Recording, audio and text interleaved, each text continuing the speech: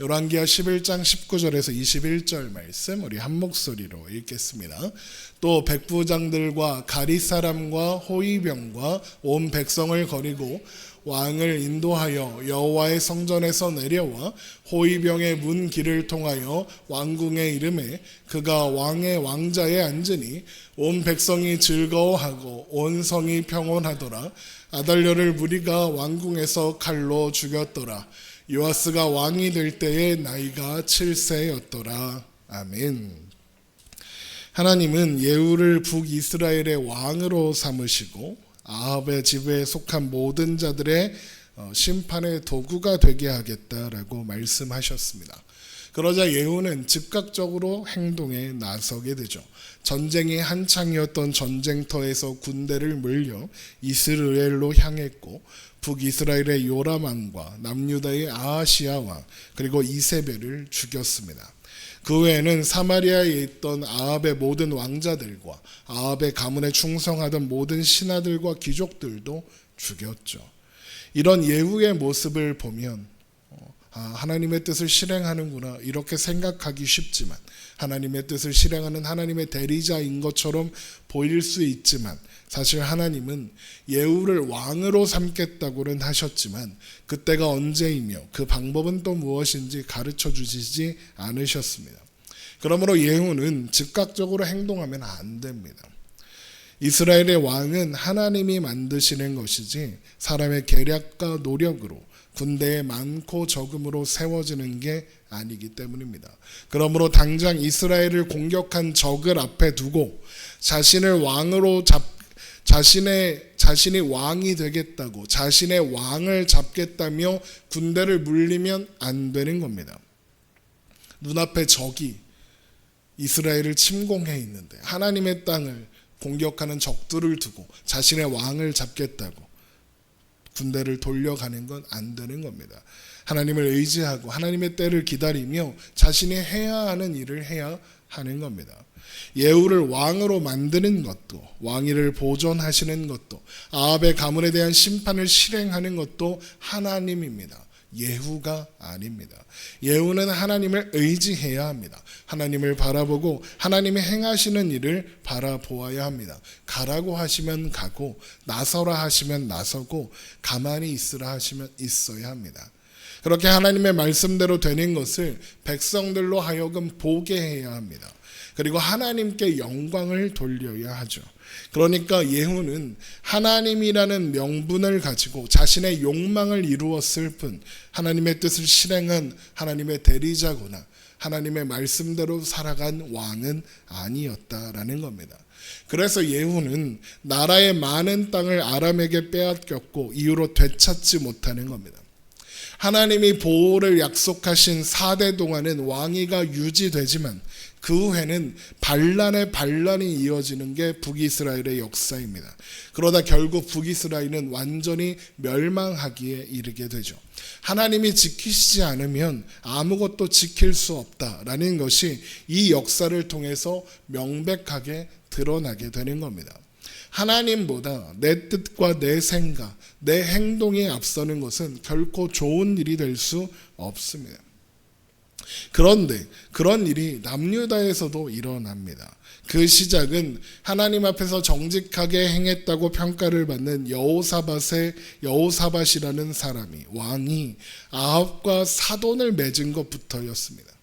물론 여호사밧은 죄를 지으려고 일부러 아합과 사돈을 맺은 건 아닐 겁니다. 두 나라의 오랜 싸움을 멈추고 화합을 이루기 위해서 또 두 나라의 국력 차이에서 오는 열세를 극복하기 위해서 그렇게 해서 국제사회에서의 영향력을 확장하기 위해서 이런 명분이 그리고 목표가 있었을 겁니다. 게다가 남유다와 북이스라엘은 원래 한 나라, 한 민족이잖아요.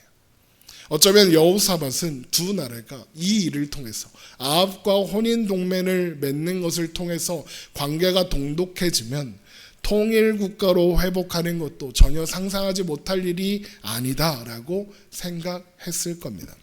그러니까 여호사밧은 언제나 좋은 의도로 나라를 위해 왕권을 위해 그리고 하나님을 위해 그런 일을 벌였다는 겁니다. 그러나 그것은 하나님의 뜻과는 달랐습니다. 하나님은 범죄한 솔로몬에게 남유다와 북이스라엘로 이스라엘을 나누겠다고 말씀하셨고 그 뜻을 철회하신 적이 없습니다. 다시 하나가 되겠다 하신 적이 없습니다. 그러므로 사람이 아무리 대단한 지혜로 정치적 외교적 수완을 발휘해도 두 나라는 하나가 되면 안 되고 하나가 될 수 없습니다. 그뿐 아니죠. 앞에서도 말씀드린 것처럼 이스라엘의 왕은 하나님이 세우시는 겁니다. 왕권을 유지하고 지키는 것도 나라를 지키는 것도 모두 하나님이 하시는 일이죠. 하나님이 보호하시지 않으면 사람은 아무것도 지킬 수 없습니다. 이제까지 이스라엘의 역사가 그걸 너무나도 잘 보여주는 것 아니겠습니까? 아무리 좋은 의도를 가졌다 해도 하나님의 뜻과 상관없는 인간의 의도와 열심, 지혜와 능력은 부작용만 낳을 뿐입니다. 그러니 남유다에 어떤 일이 일어나겠습니까? 부작용이 일어나는 겁니다. 그 부작용이 시작은 여호람과 아하시야, 여호사밧의 아들, 여호사밧의 손자입니다. 그들은 아버지 여호사밧의 길이 아니라 어머니들의 길을 갔습니다. 곧 아합의 길로 갔습니다. 아합과 한통속이 된 겁니다. 그래서 아하시야도 그의 형제들도 모두 아합의 결말을 맞이하게 되는 겁니다. 하나님이 지키지 않으시면 아무도 아무것도 지킬 수 없다는 것을 여실히 보여주는 장면인 거죠. 예후의 반란의 결과로 아합의 집에 속한 모든 사람들이 죽었습니다.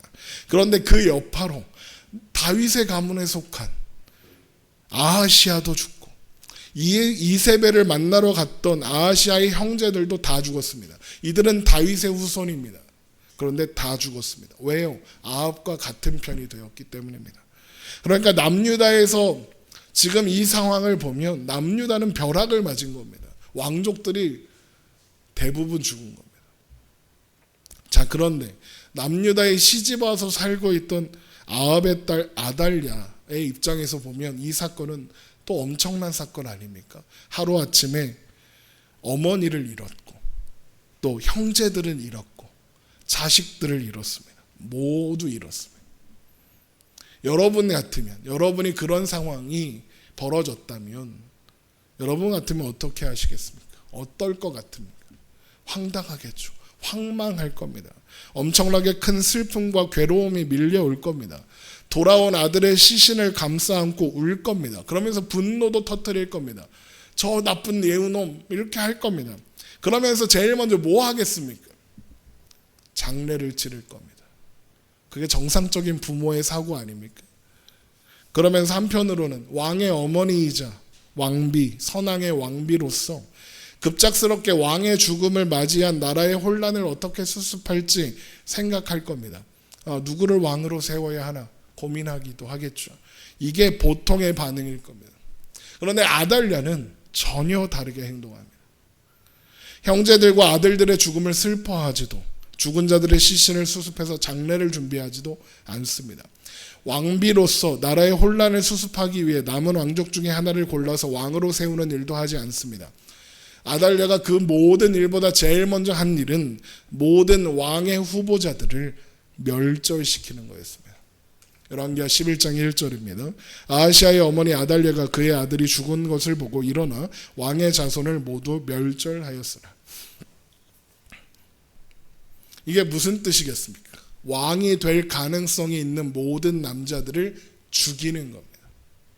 그 중에는 물론 이제 다 아달랴의 아들, 아달랴의 손자는 아니었겠지만 부인이 여러 명 있었을 테니까요, 왕한테. 그런데 분명히 그 중에는 자기 자식, 자기의 손자도 포함되어 있을 겁니다. 그들까지 다 죽이는 겁니다. 왜 이러는 걸까? 왕이 되기 위해서입니다. 어쨌든 그 와중에 여호람 왕의 딸이며, 그러니까 아달랴의 그 딸이죠. 그러면서 아하시야의 누이인 여호세바라는 공주가 아하시야의 아들 중 하나인 요아스를 빼내어 도피시킨 덕분에 요아스만 겨우 살아남게 됩니다. 열왕기하 11장 2절입니다. 요람 왕의 딸 아하시야의 누이 여호세바가 아들 요아스를 왕자들이 죽임을 당하는 중에서 빼내어 그와 그의 유모를 침실에 숨겨 아달랴를 피하여 죽임을 당하지 아니하게 한지라. 이때 요아스의 나이가 1살입니다. 그렇다는 건 아달랴는 아직 아기인 어린 자손들까지도 다 죽였다는 겁니다. 그야말로 잔인한 살육전을 벌인 거죠. 그렇게 살아남은 요아스는 유모와 함께 성전으로 옮겨져 6년을 살았고, 그곳에서 그동안 잔인한 살육을 벌인 아달랴는 스스로 왕위에 올라 나라를 다스렸습니다. 열왕기하 11장 3절입니다. 요아스가 그와 함께 여호와의 성전에 6년을 숨어 있는 동안에 아달랴가 나라를 다스렸더라. 앞에서도 말씀드린 것처럼 이게 아달랴가 남유다의 남은 왕의 자손들을 모두 멸절한 목적이었던 겁니다. 아달랴는 아들인 아하시아가 죽자 왕이 되기로 한 겁니다. 그러니까 아달랴는 권력욕에 사로잡혀서 가족들의 죽음은 신경도 쓰지 않았을 뿐만 아니라 살아있는 자식들과 손자들까지 모두 죽이기로 했다는 겁니다. 그렇게 아달랴가 탐욕으로 왕위에 올랐을 때 여호사밧이 그걸 알았다면 어떤 생각을 했겠습니까? 이게 다 여호사밧이 벌인 일의 결과입니다. 부작용입니다. 여호사밧이 아합과 혼인 동맹을 맺지 않았다면, 자신의 아들을 아합의 딸과 결혼시키지 않았다면 이 지경이 되지는 않았겠죠. 좋은 의도, 좋은 생각이 좋은 결과를 만드는 게 아닙니다. 하나님의 뜻이 하나님의 뜻대로 이루어지는 것이 선이고 옳은 겁니다. 자, 그렇게 아달랴가 왕이 되어서 나라를 통치하고 있었을 때 여호와의 성전에서는 살아남은 왕의 아들 요아스가 무럭무럭 자라고 있었습니다. 그리고 그가 7살이 되었을 때 제사장 여호야다가 요아스를 왕위에 올리기 위해 움직이기 시작합니다. 그는 가리 사람의 백부장들과 호위병의 백부장들을 불러 언약을 맺고 요아스를 그들에게 보입니다. 열왕기하 11장 4절입니다. 7째 해에 여호야다가 사람을 보내 가리 사람의 백부장들과 호위병의 백부장들을 불러내리고 여호와의 성전으로 들어가서 그들과 언약을 맺고 그들에게 여호와의 성전에서 맹세하게 한 후에 왕자를 그들에게 보이고, 여기에서 가리 사람은 소아시아 근처의 카리아 지역의 사람들을 가리키는 것으로 이 사람들은 용병 집단입니다. 다윗 시대에도 블렛 사람들, 이방인으로서 다윗의 부대에 들어와 활동했던 용병 집단들이 있었습니다. 이들은 왕에게 충성을 맹세한 용병 집단인데 이 가리 사람들도 그런 사람들입니다.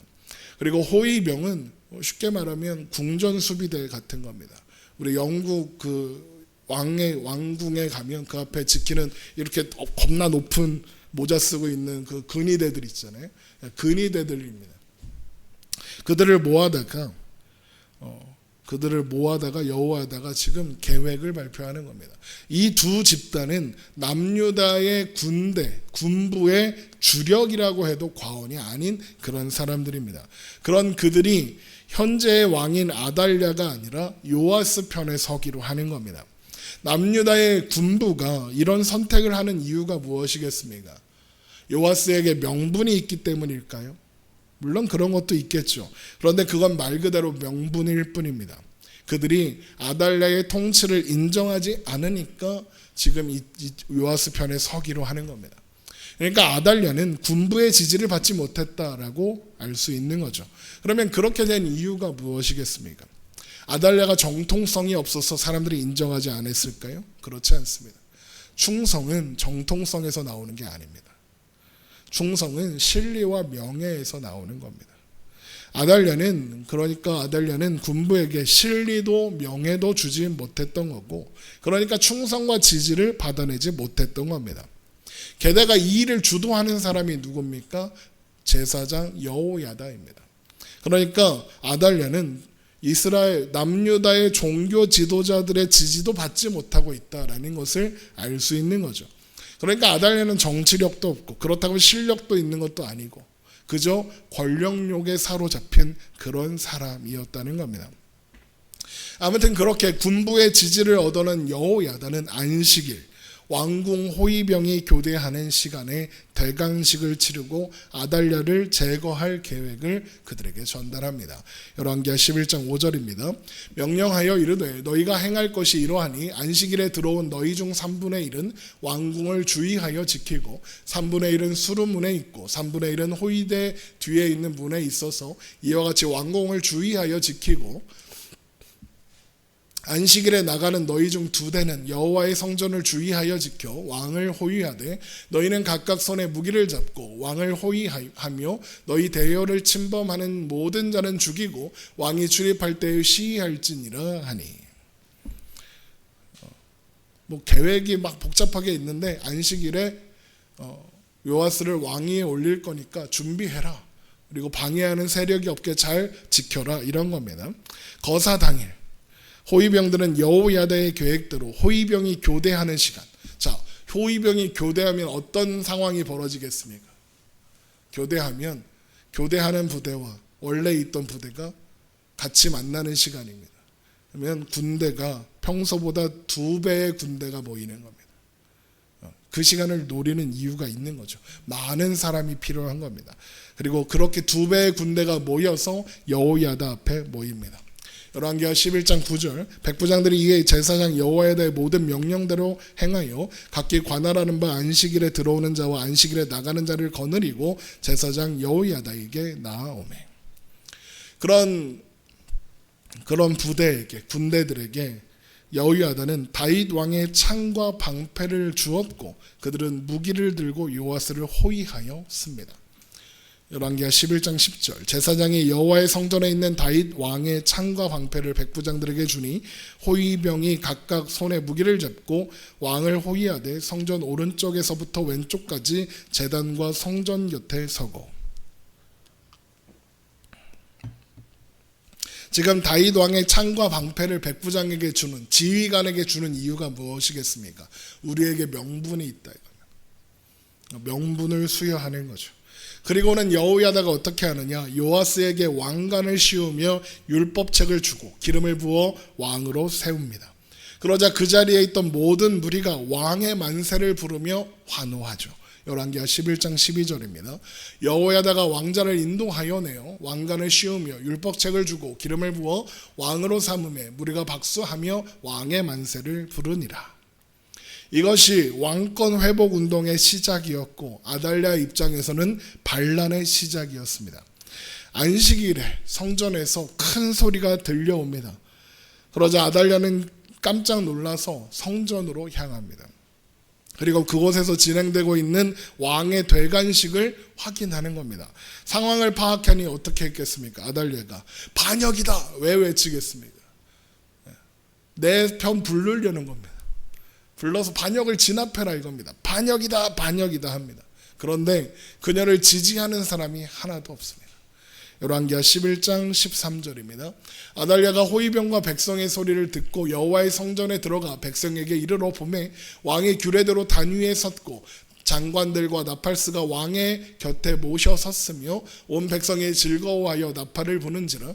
아달랴가 옷을 찢으며 외치되 반역이로다 하매 아무도 자기 편이 없으니 어떻게 되겠습니까? 저렇게 자기 편이 없는 줄 모르고 저렇게 까불면 죽는 겁니다. 그래서 여호야다가 죽이라고 하는 거죠. 열왕기하 11장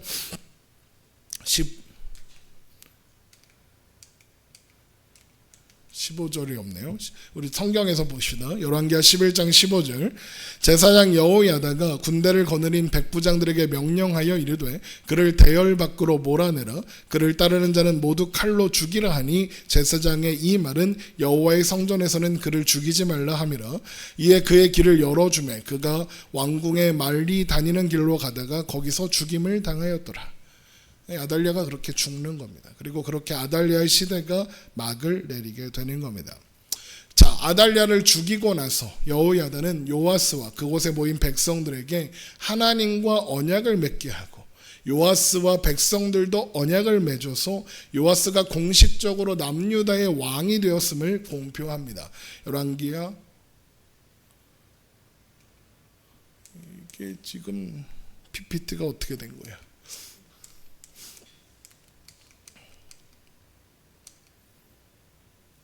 네. 열왕기하 11장 17절.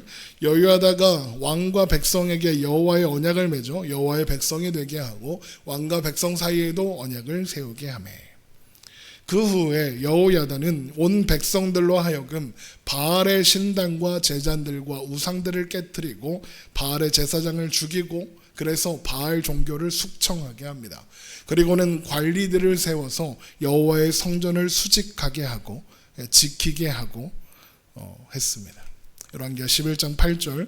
온 백성이 바알의 신당으로 들어가서 그 신당을 허물고 그 제단들과 우산들을 철저히 깨뜨리고 그 제단 앞에서 바알의 제사장 맏단을 죽이니라. 제사장이 관리들을 세워 여호와의 성전을 수직하게 하고 그 후에는 군사들과 백성들과 함께 왕을 왕궁으로 인도해 왕자에 앉게 하니 아달랴의 시대가 완전히 종식되고 다윗의 왕권이 회복되게 됩니다. 열왕기하 11장 19절입니다. 또 백성들과 가리 사람과 호위병과 온 백성을 거느리고 왕을 인도하여 여호와의 성전에서 내려와 호위병의 문 길을 통하여 왕궁에 이르매 그가 왕의 왕자에 앉으니 온 백성이 즐거워하고 온 성이 평온하더라. 아달랴가 무리를 왕궁에서 칼로 죽였더라. 요아스가 왕이 될 때의 나이가 7세였더라.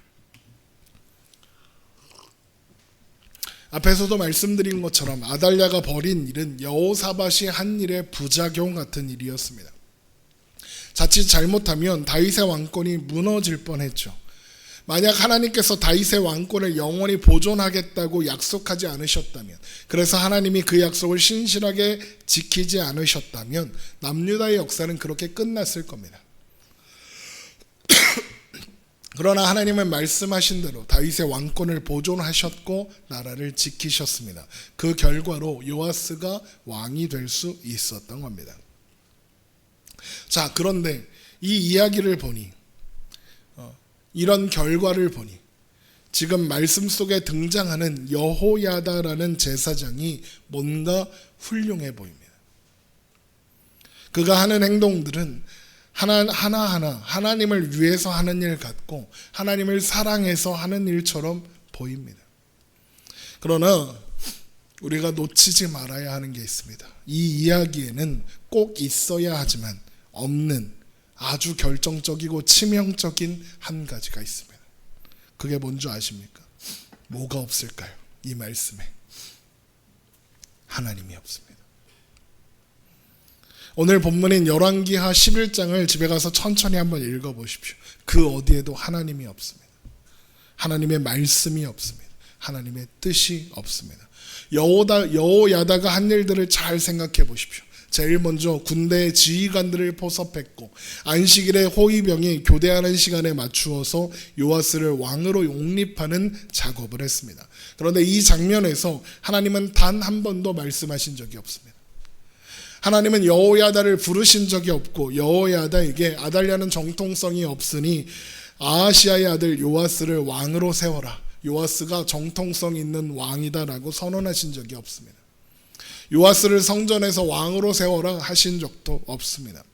지금 일어난 모든 일, 모든 과정은 전부 제사장 여호야다가 벌이는 정치 공작입니다.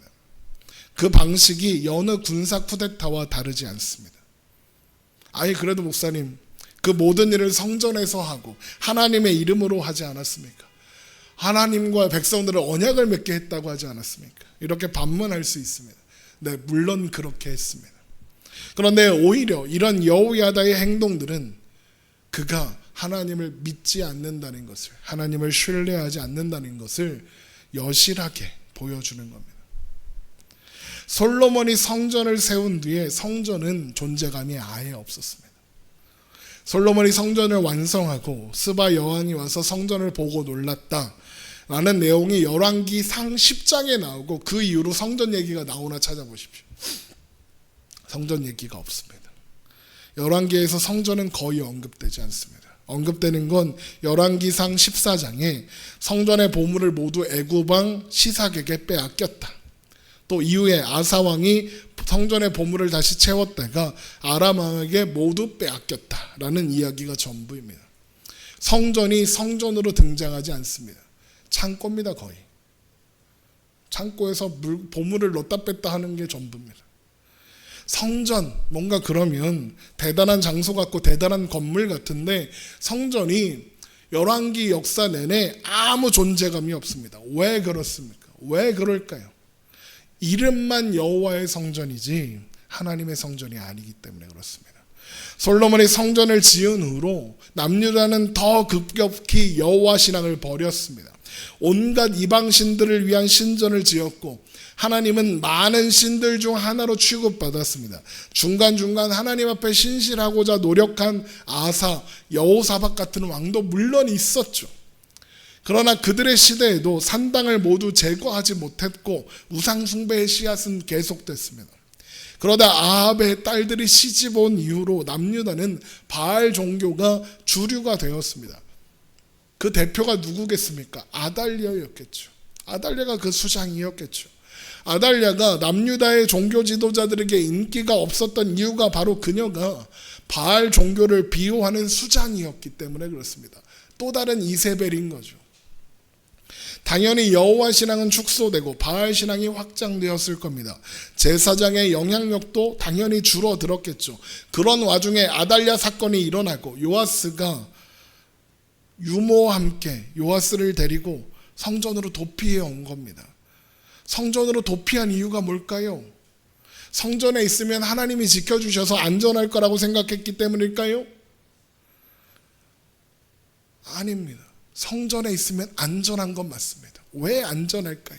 하나님이 지켜주시지 그러니까 안전하지? 그런 걸까요? 아닙니다. 요아스를 성전에 맡긴 유모에게 순간에 유모에게 요아스를 맡겨서 보낸 사람이 누굽니까? 아하시아의 동생이고 아달랴의 딸입니다. 그러면 그들의 종교가 그녀의 종교가 뭐겠습니까? 유독 요아스를 도피시킨 그 공주만 하나님을 섬기는 그런 사람이었겠습니까? 그럴 리 없습니다. 바알 종교입니다. 그건 뭐 당연한 거 아닙니까? 왕과 왕비가 바알 종교를 지지하는데 공주 혼자만 나는 싫다, 나만 여호와를 섬긴다, 그랬을 리 없습니다. 그런데 그런 그녀가 왜 요아스를 성전에 숨겼을까요? 하나님이 지켜주실 거라고? 아니요. 그런 식이었다면 자신이 섬기는 바알 신전에다 숨겨야죠. 왜? 바알은 자기들 신이니까 바알이 지켜줄 거다 그래야죠. 그런데 성전에다 숨깁니다. 왜 그럴까요? 그 이유는 성전은 아달랴가 절대 찾아보지 못할 장소였기 때문에 그렇습니다. 여호와의 성전은 아달랴가 관심도 없을 뿐만 아니라 종교적으로는 반대 세력의 거점이잖아요. 그렇다고 아달랴의 힘으로 성전과 여호와 신앙을 몰아낼 수 있느냐? 그럴 수 없죠. 그러니까 그냥 방치해 두는 곳이 성전입니다. 그러니까 요아스를 성전으로 도피시키는 겁니다. 왜요? 아달랴가 안 올 거니까요. 그런데 제사장이었던 여호야다의 입장에서는 이건 그야말로 땡 잡은 겁니다. 요아스의 존재가 그 자체로 정통성 아닙니까? 정통성입니다. 그런 요아스를 자신의 힘으로 왕위에 올릴 수만 있다면 남유다에서 지금 찬밥 취급받고 있는 여호와 신앙은 부흥을 맞이할 수 있을 겁니다. 당연히 제사장인 여호야다의 영향력도 커지게 되겠죠. 그래서 여호야다는 요아스를 보호하며 양육하는 한편 군대 지휘관들과 만나는 겁니다. 그렇게 6년이라는 시간 동안 물밑 작업을 끝내놓고 요아스가 7살이 되던 해 일을 벌이는 겁니다. 그러면서 그걸 하나님의 일로, 종교적인 일로 포장을 하는 겁니다. 여호야다는 지극히 정치적인 일을 종교적인 일로 포장했을 뿐 믿음으로 하나님을 섬기는 마음으로 이 일을 벌이는 게 아니라는 겁니다. 나와 내가 속한 집단의 영향력을 키우는 것, 그게 목적입니다. 그걸 어떻게 하느냐? 요아스를 왕위에 올리는 대관식을 보면 알 수 있습니다. 열왕기하 11장 10절입니다. 제사장이 여호와의 성전에 있는 다윗 왕의 창과 방패를 백부장들에게 주니 호위병들이 각각 손에 무기를 잡고 왕을 호위하되 성전 오른쪽에서부터 왼쪽까지 제단과 성전 곁에 서고 여호야다가 왕자를 인도하여 내어 왕관을 씌우며 율법책을 주고 기름을 부어 왕으로 삼음에 우리가 박수하며 왕의 만세를 부르니라. 여호야다가 제일 먼저 꺼내드는 게 뭡니까? 다윗의 창과 방패입니다. 그걸 군대 지휘관들에게 줍니다. 이게 무슨 의미입니까? 이게 지금 벌이는 일이 다윗의 정통성을 위한 일이지 반란이 아니다라는 선언입니다. 그리고는 요아스에게 뭘 줍니까? 왕관을 씌우고 율법책을 줍니다. 그리고 나서 기름을 붓습니다. 그런데 여러분 이거 되게 이상한 겁니다. 뭐가 이상하냐? 이스라엘에서 왕이 세워질 때 왕관과 율법책을 수여한 적이 없습니다. 하는 일이 있다면 머리에 기름을 붓는 게 전부입니다. 사무엘이 사울과 다윗을 왕으로 세울 때 기름을 부었습니다. 지난 시간에 살펴봤던 예후도 기름만 부었습니다. 그게 전부입니다. 그런데 그 기름 붓는 걸 공식적인 자리에서 했습니까? 아닙니다. 아주 개인적인 장소에서 했습니다. 많은 사람들이 보는 게 아니라 아주 사적인 자리에서 했습니다. 기름 부은 걸 예후만 알았습니다. 기름 부은 걸 다윗만 알았습니다. 다윗은 가족들만 있었습니다. 그런데 느닷없이 여호야다가 왕의 즉위식에서 왕관을 주고 율법책을 주고 기름을 붓는 겁니다. 이건 전례도 없고 하나님의 뜻과도 아무 상관이 없는 그야말로 쇼입니다. 쇼. 정치적 종교적 쇼에 불과한 겁니다. 그러니까 어떻게 합니까? 무리들이 환호하며 왕의 만세를 부릅니다.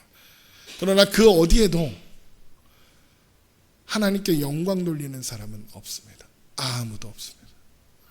여호와의 성전에서 여호와의 제사장이 주도적으로 여호와의 율법책을 수여합니다. 그런데 하나님이 그곳에 없습니다. 그 어디에도 하나님의 주권과 마음과 뜻이 보이지 않습니다. 왜 그렇겠습니까? 이 모든 일이 하나님과 전혀 상관없이 이루어지고 있기 때문입니다. 그러니까 요아스는 하나님이 세우신 왕이 아니고 여호야다는 하나님의 뜻을 실행하는 대리제가 아니라는 겁니다. 하나님은 왕을 그런 식으로 요란하게 세우신 적이 없습니다. 왜 그렇게 하셨을까요? 그 모든 일의 초점이 왕에게 있지 않습니다. 하나님이 직접 왕으로 세우신 사람들은 대부분 그래서 뭔가 부족합니다. 삐꾸입니다. 도무지 왕 같지 않은 사람이 왕위에 오르는 사람과는 전혀 상관없는 모습으로 왕의 즉위식이 아니라 초라한 골방에서 그렇게 세워집니다. 왜 하나님은 그런 초라한 모습으로 뭔가 부족한 모습으로 왕을 세우시는 걸까요? 하나님의 목적은 그 사람을 왕으로 세우는 것이 아니라 그를 통해서 그를 부르시고 세우신 하나님이 선포되고 하나님을 의지할 수밖에 없는 존재로서 하나님을 의지하는 과정을 통해서 왕으로 존재하여 그를 보는 모든 백성들이 하나님을 의지하게 하는 것, 그것이 하나님의 뜻이고 목적이기 때문입니다. 왕의 존재는 중요한 게 아닙니다. 왕을 통해서 하나님을 보게 하는 것, 그게 목적입니다. 그러니까 하나님의 백성들은 하나님이 세우신 왕을 보고 왕의 만세를 부르면 안 됩니다. 하나님 만세를 불러야죠. 여호와 만세를 불러야죠. 왕이 아니라 하나님께 영광을 돌려야 하는 겁니다. 제사장이 아니라 하나님께 충성을 맹세해야 합니다. 그런데 그 일을 누가 주도합니까? 여호야다가 합니다. 여호야다가 왕과 백성에게 여호와와 언약을 맺어 여호와의 백성이 되게 하고 왕과 백성 사이에도 언약을 세우게 합니다. 하나님이 하신 일이 아니라 여호야다가 합니다. 여호야다가 하나님의 이름을 이용하여 왕을 세우고 백성들을 장악한 겁니다. 그래서 제일 먼저 하는 일이 자신의 세력을 축소시켰던 바알 종교를 타도하는 겁니다. 자신의 세력을 확장시킨 거죠. 자, 그렇게 요아스가 왕이 되었습니다. 그랬더니 온 백성이 즐거워하고 온 성이 평온했답니다. 열왕기하 11장 20절 온 백성이 즐거워하고 온 성이 평온하더라. 아달랴를 무리가 왕궁에서 칼로 죽였더라입니다. 온 백성이 즐거워하고 온 성이 평안하다는 이유가 무엇입니까? 아달랴를 무리가 왕궁에서 칼로 죽였더라입니다. 아달랴의 죽음을 기뻐하는 겁니다. 아달랴가 다스리는 동안 혼란했던 시기가 끝난 걸 기뻐하는 겁니다. 새로운 왕이 세워졌으니 좋은 일이 생길 거야 라고 기대하는 겁니다. 자, 그런데 지금 남유다에 예루살렘에 평온이 있는 게 맞습니까? 즐거움이 있는 게 맞습니까? 아닙니다. 아달랴가 죽었다고 모든 게 해결된 게 아닙니다. 요아스는 종교 세력이 주도하는 쿠데타를 통해 왕위에 오른 어린 왕이었습니다. 정치력을 기대하기 어렵습니다. 제사장 아래 자란 덕에 여호와 신앙만은 굳건히 지킬지 모르겠습니다. 그러나 그렇다는 것은 요아스는 왕이지만 실질적인 왕은 여호야다라는 말입니다. 그래서 12장을 보면 여호야다가 요아스 말을 안 듣습니다. 다음 시간에 살펴보겠지만 요아스 말을 안 듣습니다. 왕이 명령하는데 제사장이 쌩깝니다. 게다가 요아스를 지지한 군부도 남아있죠. 왕위에 오르기 위해서는 군부의 도움이 꼭 필요했지만 권력이라는 게 나눌 수 없다는 맹점이 있지 않습니까? 당연히 이것도 불안 요소입니다. 그래서 요아스가 죽는 겁니다. 다음 시간에 살펴봅니다. 그러니까 왕이 바뀌었다라는 것 말고는 달라진 게 하나도 없는 겁니다. 여전히 정세는 불안합니다. 평안할 리 없고 즐거울 리 없습니다. 그러나 그렇답니다. 그러기를 기대하는 겁니다. 그렇다고 생각하는 겁니다. 아달랴가 죽었으니 이제 다 잘 될 거다 그러는 겁니다. 잘 되지 않습니다. 왕이 바뀌어도 변하는 건 없습니다. 대통령이 바뀌고 국회의원이 바뀌어도 하나님이 함께 하시지 않으면 잘 되는 일이 없습니다. 온 나라가 지금 대통령을 원망하죠? 대통령 바뀌면 뭐가 달라질 것 같습니까? 그 전 대통령들은 온 국민이 원망 안 했습니까? 여태까지 국민들의 원망을 안 들은 훌륭한 대통령이 어디 있습니까? 대통령만 바뀌면 이 나라가 바뀔 것 같이 다들 그러지만 아무 일도 일어나지 않습니다. 하나님이 함께 하시지 않으면 안전하고 평안은 기대할 수 없습니다. 종교나 종교행위, 성전 이런 명분에 속지 마십시오. 종교를 확장시키고 종교행위를 많이 하며 성전을 크게 세운다고 하나님이 영광 받으시는 것 아닙니다. 그런 일을 한다고 하나님이 복 주시는 것도 아닙니다.